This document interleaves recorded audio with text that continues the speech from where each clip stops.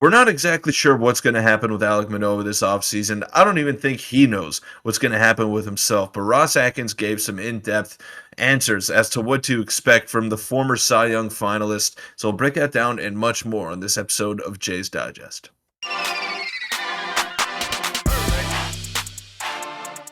What's up, Jays fans? I'm your host, Peter Vryonis, alongside host Nick Gosse. Now, the Blue Jays rotation this year it was phenomenal. And if you add a Manoah in there who is a kind of a semblance of his old self, then that would really be a huge addition for the Toronto Blue Jays. But there's some talk here as to what we could expect for the fifth starter spot. Now, we're not exactly sure if it's going to be a mix of Bowden Francis, Ricky Tiedemann, and Alek Manoah. But you figure that the 25-year-old righty is going to play some part next year for the Toronto Blue Jays, but we just don't know in what capacity. So, Nick, I'm going to throw it over to you here. What do we know about this situation, and what can we expect out of Alek Manoah going forward? Yeah, Ross Atkins at his press conference a couple weeks ago, whenever it was, revealed some information about his future. And Peter, I'm also going to discuss if you think maybe a trade could be in order. But before we get into that, a quick reminder to hit the subscribe button. About 73% of you guys aren't subscribed, and we're on the road to 10,000. Your support's been unbelievable. So let's just get right into it now. Peter, it's a little bit crazy what's going on here. So this was back at the press conference on October 7th. And he had a lot to say. Obviously, some crazy comments, and then he also had some stuff about Manoah, which is we're going to cover now. So he says, Rock Atkins and Alek Manoah. I'm excited for next year. For Alek, he's extremely motivated. Now, this was the first thing he said, and he goes into a bit more in depth here. He said this was about when he was asked a question about the relationship, because, Peter, we've discussed, everyone kind of knows the bag is open about the relationship might be a little bit fractured in some way. He said anytime a pitcher of his success is optioned, it's very difficult to stomach, and he disagreed with that decision. That created some frustration, but he reiterates that Manoah has not requested a trade and that he expects he'll be back. Now, this is a little bit, we haven't covered this yet because we had some other more pressing things to comment on. But clearly you were right and we were right. Frustration did occur between the two sides. Manoah was not happy that he was optioned. He did not take it very, very well. We all know that, but no trade request, which I would assume and I expect that he wouldn't request a trade, but it's a little bit scary that that he got that frustrated over his second option, especially given his performance and how bad it was. Yeah, well, he was better the second time around, that's for sure. You couldn't be much worse than you were in the first half of your season if you were Alek Manoah. So, shout out to him. He came up and he did a decent job. He provided some okay innings for the Toronto Blue Jays, but you could tell that there was still something not right with him. And he's gotta figure that out. Whatever it was that was ailing him, whether it was arm fatigue, whether it was just not being prepared for the season, and that's a very real possibility, then he's got to figure that out and he's got to come in motivated because with this past season, he cost himself a lot of money potentially in free agency. Now, we were talking about extending him. We were saying that he's the future. He's going to be a pillar in this rotation. I still believe that he can be that. I still believe it. But is he going to get back to that point? Is he going to work his butt off in the offseason to get back to that stage? And we're not exactly sure what to expect. And it's hard. It's hard to stomach if you're Alek Manoah, and it's hard to stomach as a Jays fan because we thought we were maybe not a generational talent, but we thought we were going to have an ace for a long, long time here. And now we're debating whether or not he's going to make the team out of spring training. So he's got to work. He's got to work a lot harder than he did this past offseason. And he's got to come in with better stuff, with better movement, and with better command as well. Because ultimately, the stuff obviously wasn't great. We can talk about that all we want. But when you're not throwing strikes, it makes you very predictable. And when you do throw strikes, you get pummeled. And when you don't throw strikes and you walk the ballpark, then you're not going to last very long in this league. So he's got to figure those things out. He's got to iron them out. But it would be disastrous for the Toronto Blue Jays to trade a 25-year-old with that much team control, with that much potential as well. So I don't see him going anywhere. They got to try to work to repair that relationship, and that's the biggest thing ultimately. Yeah, and obviously we had a lot of things working against Manoah. He came into camp not in as good shape as he was in the past. We obviously touched on the pitch clock, which definitely affected him, kind of relates to that. But this was a tweet that was made on that day by a baseball MLB Blue Jays writer. He said, one of the aspects of the press conference that has me confused is how he approached Manoah. He said he gave no real comments and little to no real information. The way this organization continues to handle this debacle is baffling. Even if the media members try to push and ask questions, I guarantee he'd have talked around it. Manoah is said to have not requested a trade, and Atkins expects he'll be next year for the contending for the roster spot.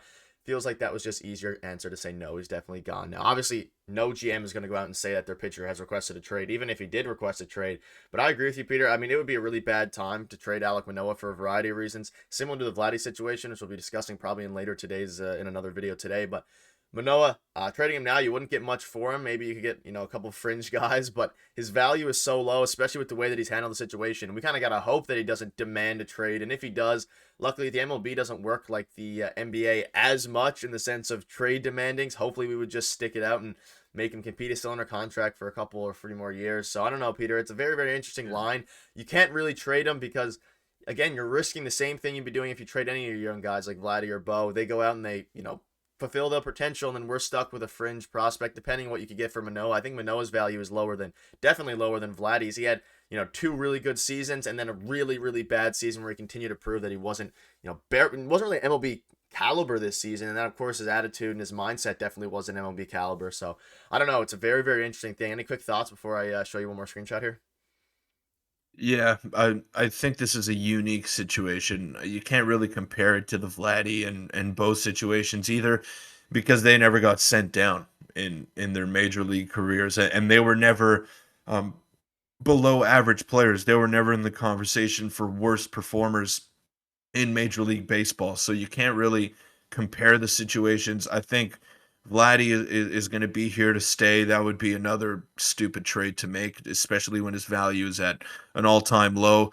And Bo, same. I mean, he's not going anywhere as well, but there's also the extension talk. So you got to balance those two. And when it comes to Alek Manoah, yeah, I think we're downplaying his value a little bit. Yeah, he had a horrible season, but he still finished third in Cy Young voting the year prior. He still came up at a pretty young age in the major leagues and had immediate success. He just didn't know how to handle some of those emotions and some of that lack of success, we should say. He was always used to having success, and he didn't know how to handle it when he wasn't having success. So I could see like a terrible team trading for him, trading one of their top end prospects to get him, just to see if they can fix him and give him the opportunity to be that guy in the rotation. But I just don't see him going anywhere. It wouldn't make sense. Yeah, I think maybe you're valuing him a bit more than I do. I don't know. I mean, obviously you can get some value of him, but I wouldn't say top prospect. okay. Maybe that's a bit too much, but like you're not gonna get like fringe guys for Alek Manoah either. I think we're downplaying him a little bit too much because his control and his age makes him valuable, even though if he's not performing Yeah, so well. yeah, looking at his stats, I mean, we can see last year the stats are on the side there on the left. He had basically a 6 ERA last year in 87 innings, but like you mentioned, the year before he had a 2.24 ERA in 200 innings. 2021 3.22 ERA. So the stuff is there. So you're right, it's probably better, maybe top 10 prospect in the closer to the 10 side. But regardless, I don't think that the Blue Jays will trade him. But the thing one and the concerning thing is, his peripherals here are, if you're unfamiliar with this, red is good, blue is bad, and almost all of this is blue. And then you go to last year, almost most of it was red. Like there's just a dramatic change in. We don't even know what to attribute this to. The velocity on the fastball lost a mile per hour. Like this is a very concerning chart. Does it mean he can't get back to here? No, it means he definitely can because he's done it before. But he needs to make a change. He needs to change his mindset. He needs to get in better shape, clearly. And let's also remember that he pitched 200 innings or 196 innings in 2022, and he didn't really pitch very many innings in a professional career before that because he was straight out of college when getting drafted. So I don't know, Peter. He had a few double-A starts, and then they just called him right up and threw him into the fire, and it ultimately worked. But maybe it took too much toll on his body, and maybe, like you said, he got too complacent with how his success was. But I think ultimately he can get back to where he is. It could be as soon as next year. He's going to be in that probably the leading spot to get that number 5 starter spot, and I would love to see him do it. I just don't think a trade is going to happen right now, and that's exactly what Atkins said. He expects he'll be back. Yeah, and there's a lot of pressure on him coming into the season as well. You finished third in Cy Young voting. You're the opening day starter. You're expected to be the guy for this baseball team. and he just wasn't. He wasn't able to handle that for whatever reason. It could be his conditioning. It could be just arm fatigue, like you said. I mean, we've been hammering that point across all season long. 196 innings the year prior, and then the year before that, 111 innings. So that's an 85 innings jump. That's huge. That's huge for a guy that his workload wasn't really built up too much in the minor leagues. So he was thrown right into the fire, and maybe he just wasn't right physically, and then obviously mentally, it can't be good for you when you're at the top of the pinnacle, and then you manage to be at the bottom of the food chain by year's end. So it's unfortunate. It's one of the weirder situations that I've seen in baseball, and hopefully it was just a blip on the radar because I want him to get back. I think he's super talented, and he's a guy that just exudes energy and confidence. And you could tell that the vibe was different last year with Alek Manoah when he was fully healthy and when he was shoving on that mound for 6 to 7 innings at a time. But now you could tell when he was moping around that rubber because he wasn't pitching well or he didn't have his best stuff, it had an impact on the team. And they'll go as far as their top dogs take him. And I still think Alek Manoah can be one of those top dogs for the Blue Jays. I hope so, and it's going to be the biggest storyline of the offseason. But that'll wrap up the video. If you want to see our video from yesterday, click it on your screen right now. We'll have another video for you later today, so make sure to check that out and enjoy your day, and we'll see you guys tomorrow or later today.